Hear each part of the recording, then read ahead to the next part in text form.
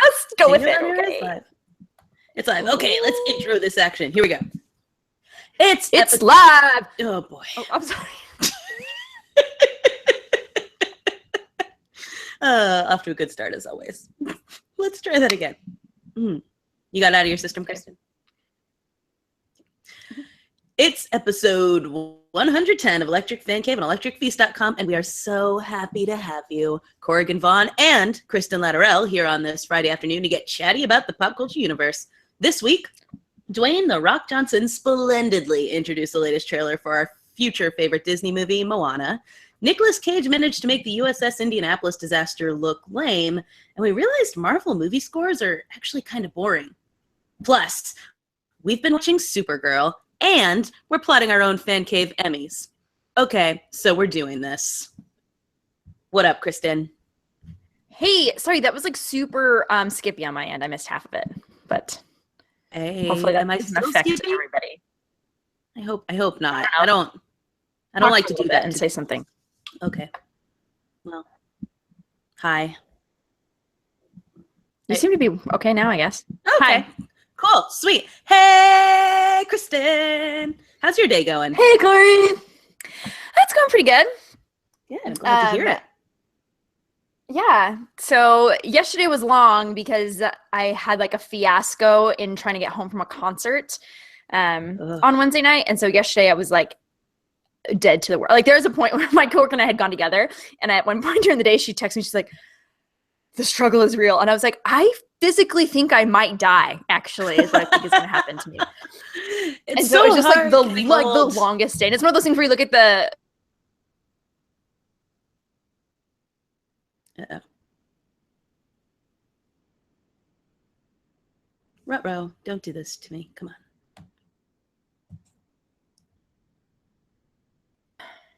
Are you there? Oh. Hey, there we go. Okay, so got as far as it's one of those days where you look at the, and then I lost you. Yeah.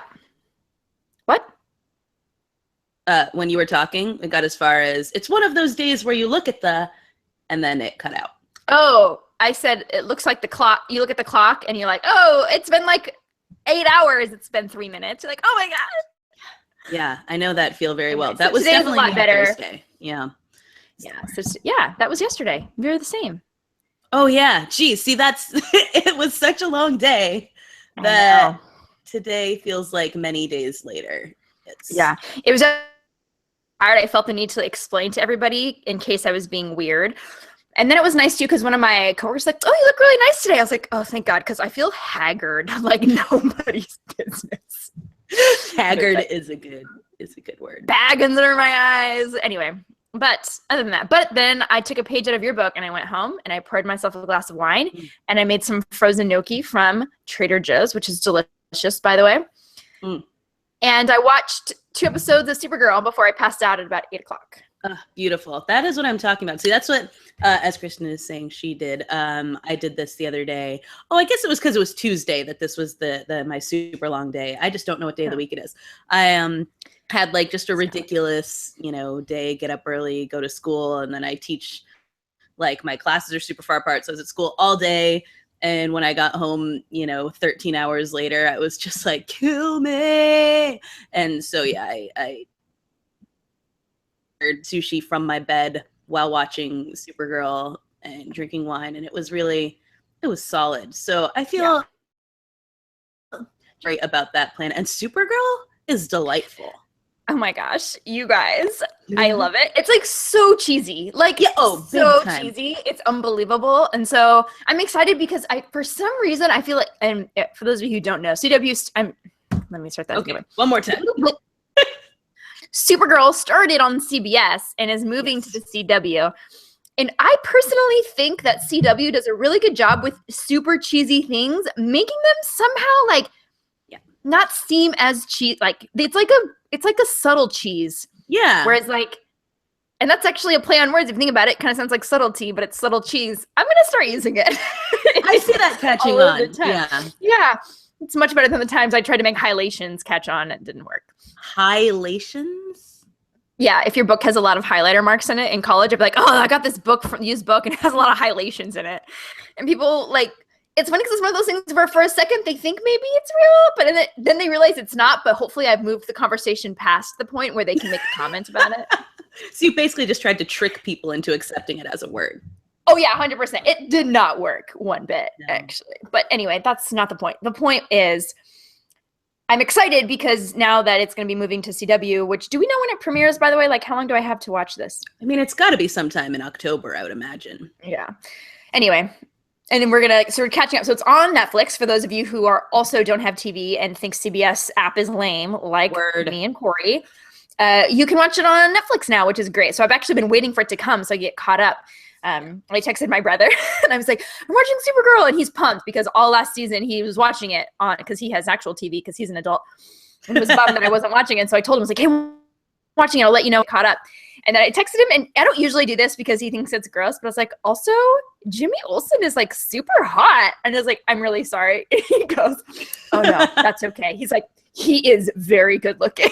Yeah. No, there's really no.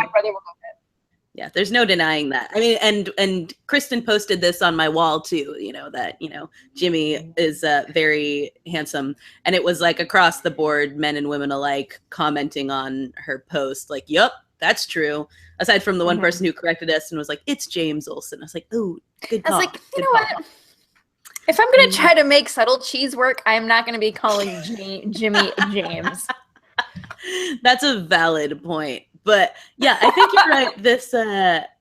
I think it's gonna get even better when it's on CW, because right now, like, it's cheesy, and all that, and it's just missing something. Like it takes itself a little too seriously. So when she is having her moments of epiphany and stuff like that, there was like really goofy. Especially, costume is terrible.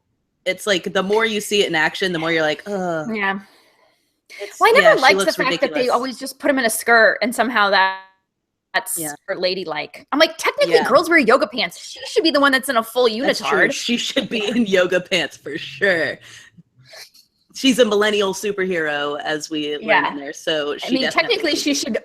Yeah. So anyway, well, maybe they'll update it. Hopefully, they probably. I don't know. I feel like they should. I don't think they can. But I think they should make their own stamp on it, though. Because I mean, I don't know. I mean, think about the Flash. His costume. If you look at it from like other things, it's like. Oh, it's like this bright red and it's like super gaudy and terrible, but they've made it this like leather running suit in the show. And I mean, it's hard Arrow to make basically just wears his own clothes. So it's hard to make costumes look good. I will give them that. Also, Supergirl has that thing going where, just like Clark Kent, where it's like she passes and all of a sudden nobody knows who she is. I feel like if this had started on CW, they would have done that better, because mostly I'm just confused the entire time as to like why nobody realizes who she is when they have like close-up pictures of her and stuff. Like, I get that her boss isn't the most observant person in the world, but like, come on. So anyway, we'll see. But I'm only on episode 2, so we'll have to watch it eventually. Yeah. So. No, and it's I like it story-wise and all that. Peter Facinelli plays like this amazing character in it that I absolutely love. Like just sleazy, businessy guy, kind of thing. That's just, it's perfect for him. It brings back, as Kristin was like, oh my God, what's his name? Carlisle Cullen. And I was like, you mean Mike Dexter? Because he's straight up more Mike Dexter from this than he is. Well, it's like if you mixed Carlisle Cohen. Isn't he more like the guy? I heard his character on Nurse Jackie, like kind of sleazy and ridiculous. Oh, is that true? I haven't watched that. I don't know. I haven't watched either. And I remember my friend telling me that she like loved Nurse Jackie and she loved like thought his character was like amazing. But I don't really remember his personality now. I just remember him. This is a lame story. Forget it. Had I known he was on that show, though, I might have watched it more. But I do. I think it's streaming on something. So I'll get back to you on how good Peter Facinelli is on it. But all that to say, he's quite good on Supergirl. And we've been binge watching Selfie, and the boss from Selfie is on it as well. So that was a nice surprise. Funny. He's much less funny, though. Less funny. He's very much a straight man in this one, as opposed to the craziness that he was in that. Oh my gosh. I was just thinking of him shell on the mouth. And he's like, read that article about Korean culture. This is the best right now. Joe's like, we don't do that. And he's like, I'm going to give you an article. Because if he reads the article, it'll make it better. For those that couldn't understand anything she just said, she was reminiscing on a point at which the boss in Selfie kisses John Cho on the lips and then says that he read an article that this is something they do in the Korean culture, which they do not. And it's delightful. This guy manages to sell like that entire character so well. Like, so it's like he's so wonderful. Like he's like the worst. And you're like kind of scared of him because he seems kind of intimidating, but on the other hand, he's also just completely ridiculous. And so it's this amazing mixture of both. But oh my god, yeah. But anyway, Supergirl, we're enjoying it. We're doing that whole thing. Also, let's see, what else do we have to talk about here? And we'll skip that because we already introed everything. Except I do want to say so. I was on the Geek Legacy podcast the other day. Fun. Our Evil Twin podcast, where they talk about mostly the same things, but have the exact opposite opinions on them. And one of the guys on the podcast had recommended or was talking about how much he loved Pete's Dragon. And I'd been meaning to go see it as it has Carl Urban in it. So, of course, I was going to go see it. And I went in just like PMS to the max, you know, like day before your period starts, like everything. Like this was one of those ones, sometimes it's just like everything hits you, you know? And it's like where you're like, your boobs are sore, you're like super emotional, everything's in pain, just one of those kinds of things. And I went and saw Pete's Dragon and sobbed from like moment one to the very end of that movie. Like straight little up. Kids are like, Mommy, why is this crazy lady crying? There's like this little kid next to me who was like not interested in the movie at all. And it was at like the fancy theater, you know? And so he's like climbing over the little reclinery chairs and he's just like staring at me. And I'm like, go ahead, kid. This is me time. And I'm like trying to like hold back from the snorting.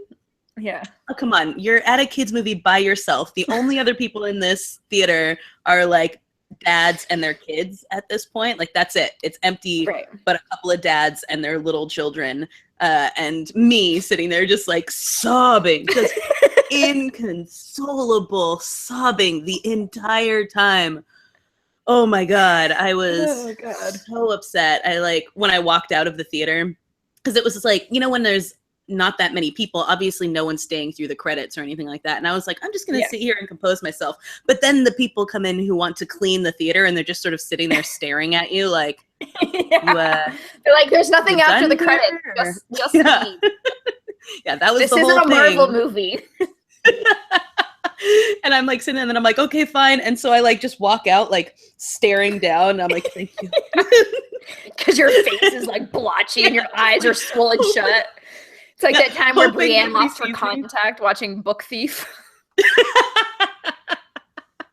Exactly. It was a little embarrassing, but that's kind of where I am right now. And then the next day, Michael Collins was on TV and the whole process started over again. So really, it's just been a very emotional week. It's been emotional. Right up and way up here, crank to 11. I'm telling you. That's why that cartoon was so great, because wasn't there a part when you're like, I'm just feeling everything, and like the friend in the cartoon, like it's like a bunny is like, why? What's wrong? And she's like, I don't know. I just feel so many things. Yep, that's my life. Kristin sent me a set of cartoons about what it's like to be on your period, and they were very real. Very real. I was just telling someone else about them today. I was like, it's the most real cartoon I've seen. Not that I like see a lot of cartoons about periods, but it was. But you know, on the list, this is one of the realest. That's for sure. I think I said to Kristin, I was like, you know, when guys get like, oh, you know, my girlfriend is so like moody when she's on her period or something, I'd be like, yeah, well, you try it. You just go through a week of your life in pain and like bleeding everywhere and tell me you're not going to be a little cranky. Lucky we don't murder you all. Yeah, it's true. Plus, our sodium intake is just off the charts, so that makes it a little goofy. So many Ruffles chips all many of the and it was Ruffles terrible because when you said that, I'm not even on my period yet, but I was like, I kind of want to go get a bag of Ruffles. And I was like, no, because you'll eat the entire bag and you do not need that. You cannot not eat a bag of Ruffles. It's just impossible. Oh God. They were sitting like on my counter for a couple days and I was like, don't touch those because if you eat one, that's it. That's you can't just have one. Yeah. You remember when Ruffles and Lay's, they do those like flavor things, like contests. And I'm like, gross. Like flavor contests are gross. I was like, what I would buy is an entire bag of only folded Ruffles. Like the folded ones that get like the grease and salt captured. Yes. That is what you should make, Ruffles. Right? It's kind of like the rejected jelly beans or whatever, or like things like that. Like, no, the donut folded holes. Ruffles. Donut holes. You know, the center of the donut. I don't know if we have those in America. Yeah, we do. We have that. They're, oh my God, I love those folded over Ruffles. The folded ones. And it's like so amazing. If I were to open a bag and they were all folded. Yeah. I mean, forget about if I had dip, like that's game over. It's like the best one. But even not just that, like, oh, so good. I just don't understand why they're so good. Why are they so good? I think they must dust them in like heroin or something. Like they have to. There's definitely some sort of opiate coating on the Ruffles chips because they're beyond. Anyways, that's neither here nor there. Hey, did you see John Oliver's thing about birds? Yes, because I love John. Okay, so I have HBO Go at my house. You what? Yeah, so my roommate's boyfriend, which is the reason she can never leave us, like signed into it on our Apple TV. I think they were going to watch something and it's there. It's like amazing. And so I use it basically to watch John Oliver and that's pretty much it. Right, yeah. Because he's what I used it for when I had it. It's been a bummer. So anything that's ever John Oliver, I watch it. So yeah, I had already watched it by the time you put it on here. I'm like, oh, we never get to talk about his bits. Let's talk about him because I love his things. He does these hiatus videos that are just, I mean, they're like 4 minutes long. There's mini like webisodes essentially where he just picks a topic and talks about it for a little bit. And he has some choice words for the birds of the Northeast. And I love it because it's like straight up how I always talk about birds. Like he even like mentions like their dinosaur-ness and like. Oh yeah. He's like, you're the, what does he say? He calls them something. Second draft dinosaurs or something. He calls the ostriches. First draft flamingos. Draft flamingos, which is the best because that's the second rate. I think he calls them second rate descendants of the dinosaurs or something. Yeah, something like we've been pissed about it ever since. Like and I hate ostriches more than I hate like most things in the world. And so he not only like criticizes ostriches, but then circles back. Yeah, and talks about them again. Ostriches, I'm not done with you. Oh, and I love when he's like, so just fly away. Oh, you can't because the one thing birds are known for, you fail at. Yes. Which is funny because he also gives penguins a pass, which is the right thing to do. And I like his pause. He's like, no, I got no problem with you. Or what do you call them? The rodents of the sky, which was what? Yeah, rodents of the sky. He said that hummingbirds are overweight bees. That need a nose job. It's just delightful all the way across. Yeah, you guys should take a watch. I mean, it's like called Birds, essentially. It's what it's called. Just watch it. It's short. Don't watch it at work. It's like 3 minutes. It's got a lot of bleeps that he does drop the F-bomb. I was actually trying to make my coworker watch it in her office, and she's got office mates. And she's like, I'm going to watch this later. I'm like, I forgot. Maybe you should watch it later. Yeah, not safe for work per se, but should be a given if you link to a John Oliver thing. That's definitely safe for life. True. You've ever heard me rant about birds? This is just a better version of the way that I usually talk about them. And considering right now I have like these 3 perfectly circular fried on bird craps on the front of my car, I'm just really annoyed with them right now. So, and it was actually funny because I thought he was going to take pelicans to task for like drowning their victims, and they're like serial killers essentially, but he didn't. He was just like, you're just something out of someone's nightmare. I'm like, which actually is true because the close-up of the pelican was quite frightening. Right, and the stork, like I can't. Storks are the grossest thing in the world to me. He was like, or human trafficking. The storks are carrying the children. They're the scariest thing on the planet to me. Every time I've like been in a zoo and seen any form of stork, I'm just like, nope, just super no. By the way, Tom tells us that Tom Riggs says Supergirl starts on October 10th. Ah, thank you, Tom. I saw Tom today. Thank you, Tom. You did? Where'd you see Tom? Yeah. I was at Vanguard. I'd gone to lunch with a student, and he was standing in the parking lot. I was like, "Hey, Tom!" He was like, "Hey!" He's like, "What are you doing here?" That's awesome. So, anyway. Also, right now, I think we need to, while there's many things on our agenda, we need to rearrange for a little bit because Pua wants us to talk about MOANA so that she can hear about it. So we'll go a little out of order. Okay. So that we can talk about MOANA. So we've talked a little bit about it already. There was a trailer already. Also, speaking of, sorry, Tom, I'm going to mention PMS again. Tom said that he's in his office and our PMS conversation, his coworker is considered not safe for work. You know what? You try bleeding for 7 days and not dying, okay? But this was another thing when I was sitting in that Pete's Dragon thing, and like as soon as I was like already like, oh, I'm just so excited about this movie, and then Lin-Manuel Miranda's vocals come in the original trailer, and I was like, like I'm just so excited about this. I'm so scared. Oh, I'm so scared. It's so great. So yesterday, Dwayne "The Rock" Johnson went on Good Morning America and introduced the new trailer. Did you watch the whole Good Morning America segment? I didn't, no. It's pretty great. He talks about, I mean, they ask him questions about just general The Rock things, including, you know, how does he, like, what kind of caffeine does he use or whatever? Because as we've talked about before, his sleep schedule makes 0 sense, and he must be like an android or something because he apparently doesn't have to sleep like a normal human. But he doesn't drink coffee. He has some sort of like energy protein shake in the morning when he wakes up. Go figure. Of course. But he comes out, he's in Hawaii for this reveal, and he is super pumped about it. And one of the things I really love about The Rock in general is that, you know, he's very pumped on himself. He's very much like a guy who's like, yeah, I'm awesome, you know? He's very pro The Rock. Yeah, he's very pro The Rock. But he's also talked about himself in the third person. So. Right, yeah. But he's also such a team-oriented person. So when he does talk about something, he's going to tell you every person who's like involved in what it was. So he talked a little about Jumanji, gave like, you know, cast list on that. And then he talked about MOANA and, you know, told us who this new girl is who's going to be in it and everything, and really sort of pumped up that. And then he did like a small Polynesian dance sort of thing. Yeah. And introduced it was a Samoan slap dance, actually. He posted on Instagram. So you're correct. It was a Samoan slap dance. That was what it was. And it was delightful. And then he showed the trailer. Kristin, thoughts on the trailer? I had goosebumps.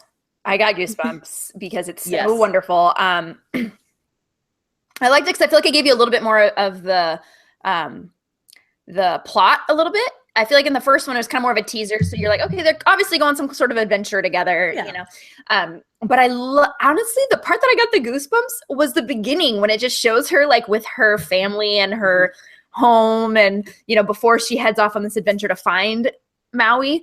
And I'm like almost getting all teary watching it. I'm like, oh, it's like so special. And for me, I don't know. I just love it because I feel like it's going to give us a cool, I think because The Rock is involved and they're trying to do right by Hawaiian culture, which I think will be really cool. So I don't, honestly, I wish I knew more about like whether or not, you know, how accurate it is, but I think it'll be a really cool thing for people to see and then want to go learn more about some of the myths and the legends that go with it.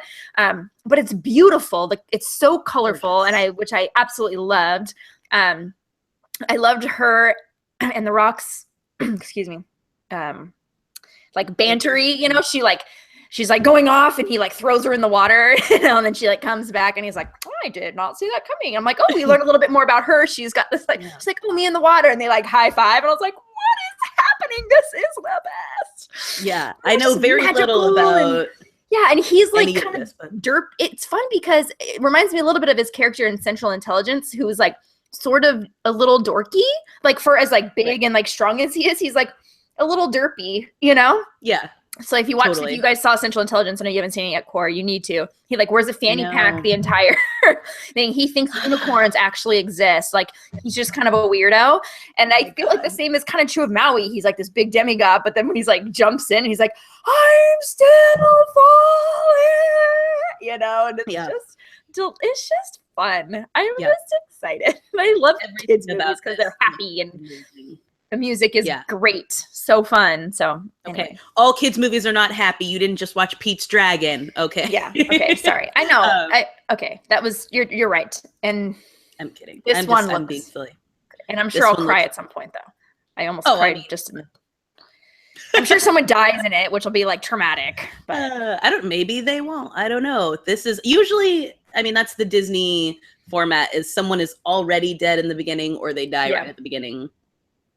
So I'm sure it'll be like, hopefully it'll be like a wise grandmother or grandfather who's like telling her the story that like everybody else thinks is just a, you know, he's just a legend, he's not real. She's like, well, I'm gonna go find him because I believe.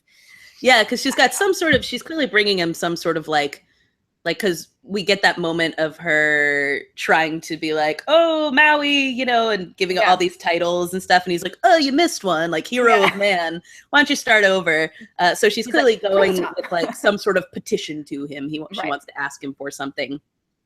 So, you know, it should be, I'm just stoked on everything about it. Like you said, it kind of makes you emotional just to see something like that done in a way that feels very respectful and like it's really trying to actually not just appropriate a culture, but to be like, no, this is something, you know, this is a people's traditions and, you know, we really want to honor that. And so, and I thought it was funny. I was sitting when MOANA was on in the theater, the trailer for it. And also right before that, they'd had the trailer for Queen of Katwe, the one about the African chess player. And I was just sitting here thinking, like, people make such a big deal out of like, oh, all these movies are pandering or whatever. Like, why do we have to have all these movies with people of color in them and stuff? And sitting there with these like white kids around me, none of them seemed like they had a problem with it, nor did their parents. They were watching and they were like, wow, that looks cool. Yeah. And it's like, you know, these stories are for everyone. And I think that's what's cool about Disney trying to do right by the actual culture and traditions, is to be like, we don't have to make this into a white story for kids to like it. Like, as much as I love Lilo and Stitch, it's like, we don't have to have the kid be obsessed with Elvis for this to be a story people can relate to, you know? It's something that on its own merits, the story is powerful enough and interesting enough for people to get into it. So I am. Don't even get me started on Queen of that one makes me cry. Like I watched both. I think there's been 2 trailers, and both times I'm like, oh my gosh, she's just, she's gonna be, you know. I'm like, oh my God. Sorry, this is great. So I'm reading the comments as we go through this. For one, Sean said, damn, y'all talking about death as soon as I tune in. Sorry. You know how we roll. We keeps it heavy around here. Just note you missed a conversation about PMS. So there you go. We got your back. Brianna Alexander has my favorite comment so far, because it harks back to one of my blonder moments of life. She said, I legit did not know that storks were a real bird until today. So thank you. Yes, Brianna. Yes. Corri, I love this. Tell us about the bird you thought was mythical. You guys, swans. Not a real thing. That's not a real thing. I was at, I don't know why I'm telling, I shouldn't have even brought this up, because now non-friends, because I still get so much crap about this. And this was legitimately 12 years ago this happened. We were at Disneyland, and there were swans in the little like moat thing around the castle. And I looked down and I was like, oh, those animatronic swans are really creepy. And my friends were like, those aren't animatronic. Those are actual swans. I was like, what are you talking about? Swans aren't real. Like, those are mythical creatures, right? Like, no, I guess I'd just never seen one in real life. And they like look too big. Oh, and, like, sweet Corri. And now, so to this day, anytime someone sees a swan anywhere, they're like, oh my God, look, I found a mythical swan. Someone even painted my friend Monica, our friend Monica, she painted me this series of mythical creatures. And so one of them is a swan with a sword. And then the other one is like a narwhal, which obviously doesn't need any form of weapon because it's got that giant unicorn horn on its head. Yeah. So, Brianna, I feel you on that. I super feel you on not knowing storks are real. Yeah, so anyways, Moana. We are... Moana. And Sean says, I caught a psyduck today. That's a real bird, right? Oh, yeah. Psyducks are definitely real. I've seen them in the wild. That I've caught in the wild. It's a Pokemon. Caught one? Oh. Yeah. I was like, I don't know what's going on. If he caught it, then I guess it's real because he has one. It has to be. That was confusing. I'm like, I've never heard of it, but I mean, I get. And you were nodding, so I'm like, oh, okay. Yeah, sure. Yeah, Pokemon. You totally could have convinced me that was an actual bird. 100%. Yeah, now I'm a little sad I didn't. Yeah. Attempt it. I failed you. I failed you. Okay, let's go back to where we were, or we can just keep going with trailers and go back to the other thing at the end. We'll go back to it when we go to the other thing. We'll go back to it. Oh, Nicolas Cage. Oh God, he's so terrible. Why is he so terrible? Was he always terrible? Yes. That's yeah. Question. Well, I don't know though, because I really like The Rock, but I mean, he's also ridiculous in it. Right. Yeah, but and like I love Con Air. It's as over the top. Well, Con Air, and he has that terrible accent. It's terrible. I think there's just different levels of awful. Yeah. You know, it's like sometimes it's a little subtle cheese. Yeah. And other times it's and other times it come on. And then sometimes it's like over the like when you watch those videos of like Nicolas Cage yelling, we're like, these can't be real scenes in which he's being this banana pants. But apparently, you know, so I don't know. Yeah. I mean, it must It's hard to say. It's hard to say if it's always been this way. Tom says so stoked for this Nick Cage take. I'm curious. So what's happening here is a film about the U.S.S. Indianapolis. If you've ever seen Jaws, you know that this is the ship that sank that Quint tells the story about, where all the men went into the water and then were stranded out there and slowly eaten by sharks, so that like over 1,000 men went into the water, but only like 100 or a couple hundred came back out because they just got eaten over the course of a couple days. So it's kind of like a harrowing, crazy story. And one that I've always found fascinating, just kind of a dark tale of World War II. But Nicolas Cage is making or is in a film of it that looks straight off the Sci-Fi Channel. Just so bad. Watching the trailer for it, I was like, and this was another one, the Geek Legacy guys. The Geek Legacy guys were the ones who introduced me to this, and they were like, you just got to see it. It's hard to believe. And I don't know, Kristin. Well, the thing was, so I was watching the trailer, and at first you think it's like you're just kind of run-of-the-mill World War II hero story. And then like halfway through the trailer, it like turns to like the shark part. Yeah. So I'm like, so wait, is this movie about sharks? Right. So it's like just like it's just weirdly choppy, the trailer also. So you're like, yeah, you're not really sure what the point of it is. It's like you're going to be the escort, and you like kind of see the Enola Gay, or they are talking about the nukes. Be like, an escort to what? Like the Enola Gay is in a plane, you're in a ship, but you don't have an escort. So what are you doing? And they don't like really make that clear.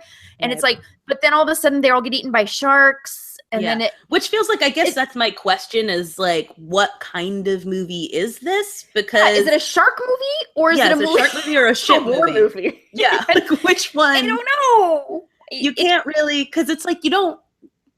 A war movie has a different purpose than a shark movie. Yes, and it's about heroes, and it's got this sense of duty and honor, and there's usually a, band of brothers together. Yeah. I don't know. There's just, they're working towards a common goal, But this seems like they're taking a war movie and making it into a shark movie, because there doesn't really seem to be any purpose other than these guys are going to get eaten by sharks, maybe. Yeah. But then, like, at some point, maybe Nicolas Cage is in court, so then maybe it's also a courtroom drama. Yeah. Like, then it basically turns into Sully at the end. Yeah, like, or is it, yeah.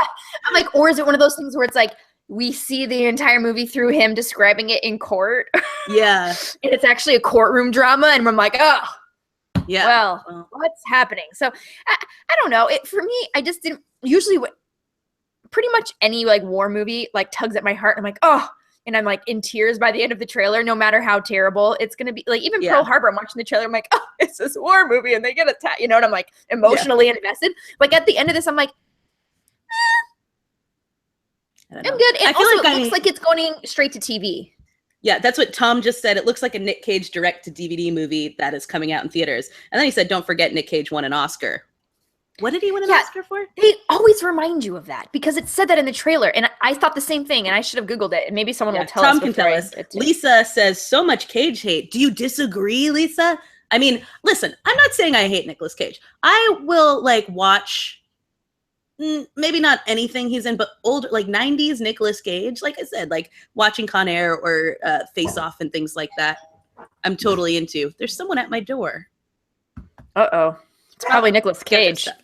It's probably a package. Gaucho. Did he won for Leaving Las Vegas. Oh, okay. Yeah, I guess that makes sense. My parents hate Leaving Las Vegas. I've never seen it, actually. Yeah, my mom and dad were super bummed because their friends made them go watch it, and they're like, "It's the most depressing movie ever." Is it really? That's not what I was. It's about some girl that's like trying to kill herself.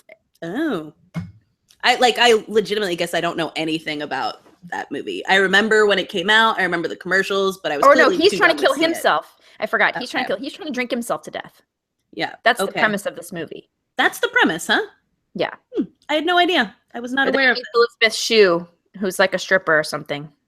Oh, I don't know. Wait. Oh, and then Tom said he won in 2003 Best Actor for Adaptation. No, he was nominated. Oh, he was nominated for Best Actor for Adaptation, which again I haven't seen. So I guess maybe I've just never seen good Nicolas Cage movies aside from like Raising Arizona. I think The Rock is a good Nicolas Cage. Well, that's true. You're right. I'm sorry. I love keep on forgetting Con Air. Like aside from his accent, I really like Con Air, and I really like. Yeah, people tend to like group Con Air as bad. Like I love it. I've watched it a million times. I like The Rock better, but I think it's great. I don't know. So the thing is that's what I'm saying. So it's not like I hate Nicolas Cage. I'm like, but we think we can all pretty much admit that some of the stuff he's in is like just the worst. And he was in that Wizard recently, movie. Remember when he played like a warlock or something? Was that Sorcerer's Apprentice? Yes. Yeah. Oh my gosh, it was so bad. It's and at least with that, because I think Sorcerer's, I mean, it clearly the name of it was Disney. So you're like, okay, it's a big movie that went bad. It did a terrible job, but it should have been a big thing. But when he does stuff like U.S.S. in Indianapolis or Left Behind or things like that, you're just like, you can't be broke. Yeah. And like, isn't he broke? Is he broke? Oh, that's right, because he had his like house repossessed in New Orleans. Yeah, right? I think he might be broke. I don't remember. I don't really know that much about his life, except that there's a big story about him in Newport Beach because some guy broke into his house like in the middle of the night while they were sleeping in it, I think, and they found him wearing his clothes. So he was naked, and he broke in and put his clothes on, or some. It's like some kind of bizarre story. That is bizarre. That's super bizarre. Was this recent? Anyway. I don't remember. It was weird because it was like my friend's like it's like one of those things where like my friend's brother. Oh god, never mind. I don't remember the story. Like no. Let's before this starts. Someone just told me it, but I don't remember it. So this is actually let's just move on. Move on. It looks terrible. Just watch Band of Brothers. Also, it was really funny because I sent this email out asking for people to volunteer to help me with something this weekend at work, and nobody responded except for 3 people. And so I sent them this email, and it was like, "We happy few, we Band of Brothers." Like, oh, by the way, I liked your sign today. Thank you. Or 2 days ago. Yes, thank you. So we had this weird meeting, and like first, this one guy at my work was like, everyone, I want to be in charge of communicating whatever. We had this construction project happening. And so but then he was like, no, everybody's in charge of making their own signs, and was like all weird about it. I'm like, fine. There's this one that's not even technically shouldn't be my jurisdiction, but there's no sign on it. And if you try to go down the stairs, like you will literally go into a pit or you'll be stuck in this gated off area in which there's no escape. So you really shouldn't use the door. And so that's why I put that sign on there, because you actually will, like, it leads to the pit is what I call it. Okay. And then it was funny because my coworker had put like, oh, did Barb see the sign or something? I was like, oh, you know what I should have done is hashtagged it, don't be a Barb, but I didn't. And I'm like so bitter about it. So I might redo it just because. Yeah, so her sign warns that you will go into the upside down if you go down the stairwell. The stairwell to the pit. The stairwell to the pit. Also, all week, I keep sending the video of Andy Dwyer singing The Pit from Parks and Rec, because I found this really super amazing. Someone made a music video to it, which is essentially every character that falls into the pit and like all of their scenes in the pit. And it's like, I fell into the pit. And it's like him with his double casts. And it's just the most amazing thing, because anyhow we talk about it, we all start singing it now. So it's really fun. I love the internet. Me too. It's a glorious, glorious place. Sometimes, anyway. It's a cesspool, but it's also a cesspool, but a glorious cesspool. Another thing on the internet, obviously, is the Honest trailer. Yes. We've talked about many Honest trailers before. If you're not familiar with the concept of an Honest trailer, it is this group, Screen Junkies, that takes a popular movie that's out, and usually people request it in the YouTube comments, but then they basically point out all the absurdities about the movie in like a 5 to 10 minute clip about it. And so the DVD release or Blu-ray release or whatever of Captain America Civil War was the other day. So in honor of that, they did a Captain America Civil War Honest trailer, which basically I think the most apt thing about it was pointing out how much it's like Batman versus Superman. Yeah. Like, and even at then he's like, oh, wait a second. Yeah. And I think my favorite part of it is when they try to go through Zemo's plan. Yeah. And so basically, if you've seen Civil War, you know that Zemo, the villain, has this like very complicated like reasoning and then plan that he's trying to do to get these people to fight each other and yada yada. And so they break it down into like this scrolling thing that is like trying to follow along. He's just sort of commenting. He's like, wait, no. But that's not why he did that. Wait, what? Yeah. And it's perfect, and compares it to Lex Luthor in Batman versus Superman. It's just a non-super powered villain or something. What do they say? Normal person villain or whatever? Yeah, it's a non-super powered villain, I believe is how they put it. And it's, as usual, delightful. And the names at the end are always my favorite part. I didn't really get any of the names at the end of this one. Really?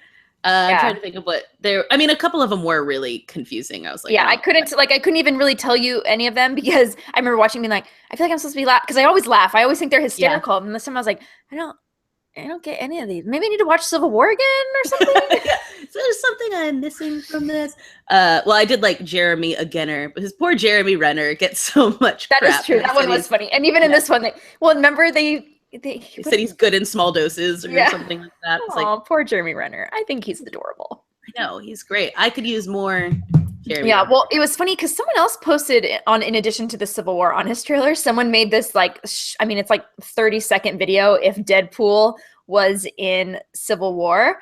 Ooh. Made an appearance in Civil War. And the part when Cap and Spider-Man are fighting, and then he like takes whatever he like loses. I forget, whatever. And that Spider-Man kind of jumps up on top of that thing. They have Deadpool sitting up there with that time when he's like drawing, and sitting on the overpass and he's listening to the headphones. And he's like, and because neither of them, you can't see their mouths, they just like dubbed over like what they're saying. And so Spider-Man like lands next to him and it looks down and it looks like he's drawing a picture of him and Spider-Man, like with crayons. And Spider-Man seems to be like, what? How are you here or something? Or like, how did you get here? Like kind of from the end of Civil War when Tony Stark's at his house, and it's so amazing. And so they kind of have this whole thing and he's like, well, I'm Deadpool, and then he's like, oh, I'm Peter. and then he's like, you know, whatever, and he like flies off, but it's like just so funny and so great, and you should watch it. It's funny. Yeah, I swear it's better when you watch it. Yeah, because the way I explained it sounds super lame. That's cool. Yeah, that did not sound funny, but when you actually watch it looks really good. Like they did a really good job. Yeah, it's seamless, and so just watch it. Yeah, just take our word for it. Watch that little clip, and you will not regret it. Yeah. That's what we're saying. But I think the even cooler thing that came out this week was the Marvel Symphonic universe video. Yeah. And so the premise of this basically was they walk up to these people on the streets and they're like, you know, hey, can you like hum a song from Star Wars? And, you know, everybody can do a song from Star Wars. How about Harry Potter? And they, you know, do Harry Potter. And then they're like, how about something from a Marvel movie? And everyone's like, and no one can think of a theme. And I'm usually pretty good at like identifying themes from things. So I was sitting here and I was like, I don't know. And so then they start playing like the music behind Marvel movies. And I realized like they play a clip from Iron Man and I'm like, yeah, like that's the sound of an Iron Man movie. That was the thing that confused me because I'm like, but they didn't go over the actual, or maybe they don't have the theme. Maybe they don't have theme songs. Although yeah, the one at the end of the Captain America one, when they played it, I'm like, oh, I do remember that music. And so I think maybe that's one that they use in multiple ones. You know. But it was really interesting. So it kind of goes through and tells you, you know, what works in themes and why Marvel uses the ones they do, and which basically they're safe. You know, they tell you exactly what to feel in a scene, you know, and one of the things they talk about is covering up the music with dialogue, which is one of the reasons that you don't remember them at the end. And so they played the scene where Captain America walks through the museum exhibit about himself. And there's like the narration that's supposed to remind you basically who the Winter Soldier or who Bucky is and, you know, their role in each other's lives or whatever. And there's the score playing underneath it. And he goes and then he sees a little kid who recognizes him and he kind of shh. And, you know, you're like, it's cool, you know, whatever. It's a refresher. It's a little bit of exposition. And then they took that exposition out. And I like immediately started crying. I was like, oh my God, this actually is really emotional when you take the narration out of it. It's like all of a sudden you feel completely differently about what is happening in this scene. And it feels truer to what it's supposed to, I don't know, what that should feel like, I guess. Yeah. That was kind of a confusing part too. And they're like, you know, the music tells you what to feel, that whole thing. And I thought it was I actually really thought it was interesting to they were talking about the temp music, which I thought was cool. And I loved actually. So temp music is when they place like a score from another movie into the film for the like edit before they put in the final movie.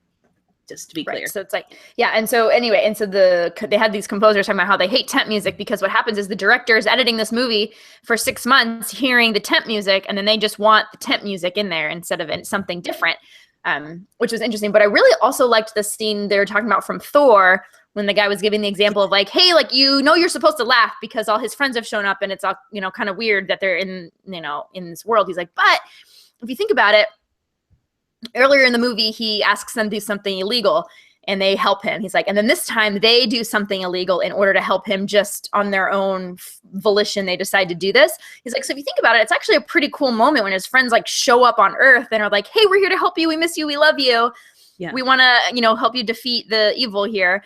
And the music, and so they changed the music to be this like kind of emotional, like my friends have like come back from the dead to help me, you know, and it's this kind of great thing. I was like, oh, interesting. Like, I never thought about the fact of like, yes, when they showed up the first time and I'm watching it, I'm like, oh, how funny and goofy this is. I'm like, but I never thought it could be different where it would be to more like, oh, remember how like he kind of like burned them earlier, but they still love him and they want to help him. And so I thought that was interesting of how, you know, and I think that's what's crazy about it is you don't necessarily think that about music until you think back to some of your favorite parts of music. Yeah.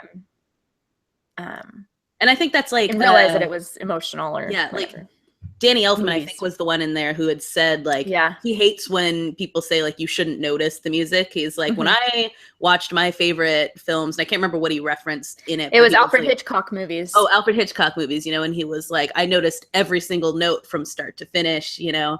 And I think, you know, like when I watch a Marvel movie, I'm not necessarily thinking there's an absence of a score that I, remember. But then when I think about other things, you think about how much that really does, move you and make you feel certain ways about happening in them. And they're not necessarily super on the nose. Sometimes they're surprising or things like that. And so it's just a cool video that makes you think about not just, what Marvel is doing and whether or not they're using music efficiently, but about film scores in general. In general, yeah, for sure. Yeah. It's cool. Oh, sorry, it sounded like you had more to say. I was going to, but I don't want to. Change my mind. Okay, fair enough. So there's that. Hey, can I tell you about something that got me really excited this week? Please. So, their scientists have discovered the wreck of the HMS Terror, which was found in the Arctic 168 years after the supposed sinking of it or the abandonment of it. So basically there was this expedition led by this dude named Sir John Franklin, and it went horribly awry, and everybody had to abandon the ships, the Erebus and the Terror, and try to, basically because they were low on supplies, they'd frozen into the place where they were, and they were not going to survive trying to stay on these ships. And so after all this time, I mean, everyone died. Nobody survived this entire thing. But there had been like indigenous people around there who had legends of, these ships and things that had happened to them and where they might find them.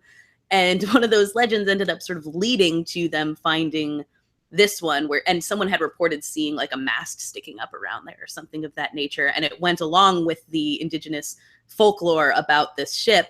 And so they go and they check this out. And not only do they find the ship, but the ship is in basically perfect condition. So it's not all like broken up or anything like that. It just sort of shows that it sank gently to the bottom. It's in a totally different place than where they thought it would be. But they went inside and you can still see things essentially as they were, with things inside the cabin, on tables and on shelves, just as they would have been when they were originally floating. Someone said that if they could get all the water out of it and everything and bring it back up to the top, the thing would probably still sail. Sorry. Yes. So the boat would probably still be able to sail if they were to be able to bring it up. And now I'm just talking to myself. I feel like Jeff Goldblum right now. Incoming. There we go. Sorry, some kid down here. They're not supposed to be down here. Get off my lawn. Text my coworker really quick. Keep going. Well, that was it. So anyways, that was really exciting to me. I mean, I love historical things. I actually read an entire book called The Terror, which I didn't super love, but is a book that most people quite enjoy. It's like 950 pages, and it's this guy's like imagining of what probably happened to the Terror, and it's got a supernatural element of it, of a thing that's like stalking and killing everybody on board. And yeah, I didn't love the book, but it got me really into this story. I'm just like, I find it so exciting when they find something like that where it's intact. They can pull this thing up and it's, it's got all this historical stuff on it. I mean, something that far back, to be able to find that preserved is incredible. And from such a legendary failed mission, I'm stoked on the whole thing. And I hope good ghost stories come from it, which is my favorite thing, is a good historical ghost story. So I had to share that. Made me cool this week. I'm all about it. Do we want to talk about the Bill Hader video? Oh, Bill Hader! I almost forgot about that. Yes, Bill Hader. Well, we were going to relate it to your traffic woes, but long story short, a thing we think you should check out, our tidbit you should check out this week. Bill Hader talking about the origins of the Californians sketch.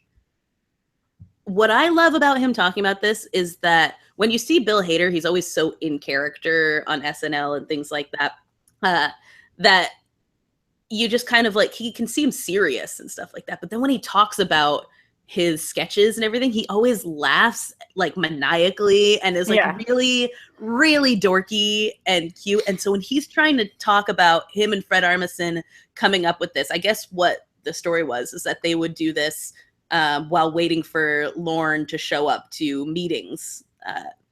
And so he was always late. And so they'd sit there and like ask each other like, oh, how'd you get here? And they would tell like some crazy convoluted story of the LA freeway system and how that got them to the place. And then one day Fred Armisen came in and was like, hey, we wrote it into a sketch. It was like, cool, cool, cool. When he talks about like Kristin Wiig and him being surprised though the first time Fred Armisen came on and was like, he'd always come in and just been like, what are you doing here? And then the first time he came in, he was like, what are you doing here? Yeah. And so like during all of their rehearsals, he'd done it normal. And then the second it was live, he decided to change it up and they were both like, yeah, which made I had to go watch it again so that I could see his reaction. Like, because he describes like, oh, you see, you know, the back of Kristin's head and me laughing and both of us looking at each other like, what just happened? What's happening? Yeah. And it's so, and he's like, well, I laugh on everything. So I was like, no, you don't. That's what's great about Bill Hader. Oh, by the way, sorry, Tom. Tom asked, is there treasure on the boat? I doubt there's treasure. It's not really that kind of ship, but except the treasures of historical exploration. Yay! Yay! It's not like gold doubloons or anything, but I don't know. It's cool enough for me. But anyway, we'll link to it on the blog. Bill Hader talking about the Californians. Yeah. I always the like Californian it when sketch always hits. Yeah. Oh, sorry, I always like it when Seth Meyers interviews like old SNL people because it's almost like two buddies getting together and like reminiscing about the old days, and they're like joking about how Lorne Michaels is always late for meetings, and then Bill Hader accidentally does his Lorne Michaels impression, and then it's like immediately mortified. Yeah. And Seth's like, oh, don't worry, he doesn't watch this show. He's not gonna know. And Bill just sends him over the edge. He starts laughing. He does that laugh where it's like, I mean, what's great about that, especially, and I think lots of times, even like when Tina or Amy has been on Fallon or on Seth, the way that they laugh with each other isn't that like forced laugh of like people that are on talk shows. It's like a genuine, like, remember when we used to do this? And they're like, yeah. And so I always love it when that happens. So it was fun to see that, them too, just kind of laughing about things, both people they knew. So it was fun. Yeah, it's always best when you feel like they're actually friends and not people who like, we just met just now. Right. And it's super uncomfortable. Yeah. So it's pretty delightful. You should check it out. This Sunday is the Emmy Awards. Yay! And as promised, we will bring you our own Emmys. Oh God, hold on a second. I'm just going to explain it. So we're going to bring our own Emmys next week. And we're going to make our own categories. And also, having watched Sunday's Emmys or read the coverage, because Kristin absolutely will not watch the Emmys, we will give you our takes on what they got wrong and right. And we want to hear your takes on that as well. We want to know who should have won, who they were totally right about. Hopefully Tatiana Maslany will get her award. And then we'll give you our topics and as well. So if you have ideas for categories for the Emmys, please do tell us what they are, including how our favorite category, best face, for example. If you have other such categories, feel free to bring them to us. Right, Kristin? Yes, indeed. Sorry. More kids? Yes. This guy that used to work here quit, but then he got a job with a construction company here. And so he told these girls, like, oh, yeah, just go down to the house. The girl thought she left something down here. And he's like, oh, yeah, you can just go downstairs. And I was like, don't listen to him anymore. So I'm texting her. I'm like, also, 4 girls just came down because, anyway, whatever. So I'm like a little bit frustrated. Yeah. Work life. He forgets. Guess what? You don't work here. You can't just tell people to come down here. So imagine you were just not here. Imagine you were somewhere else. Like, would you tell them to go down to somewhere where they weren't supposed to be? That makes sense as a rule of thumb. If you're just on a job, just be like, hey, go do a thing. Oh yeah, go do whatever you want. Like, no, you wouldn't do that because you don't work here. You work with a different company that's doing something else. So stop. Anyway, sorry. I'm like super frustrated about it right now. I need to get over it. Yeah. Whatever. It's all right. It's all right. Go ahead. I'm listening. No, that was it. That was all I had to say. Okay. So I think on that note, since Kristin's being invaded by girls in her recording space, we will cut this off for this week. Thanks so much for everyone who was talking to us on the Facebook and whatnot. I'm sorry if we missed people who are talking to us on YouTube, as tend to happens. I still have no idea how to look at that. But we're glad you were here with us. So join us next week when we talk about the Fancave Emmys, which we should probably find a name for too. If you have a good name for the Fancave Emmys, let us know. I'm not going to try and give any. No, yeah. At least not without running it through a few filters first. At least not without writing it down and like slipping it to somebody and having them proofread it. Yeah, exactly. So until next week, make sure that you like us and follow us on all the things, on the Twitter, the Facebook, on YouTube, on Stitcher and iTunes and so forth. Rate and review us on iTunes so that more people can check us out, and spread the word. If you enjoyed hanging out with us, chatting with us, go ahead and tell your friends. They can get in on it.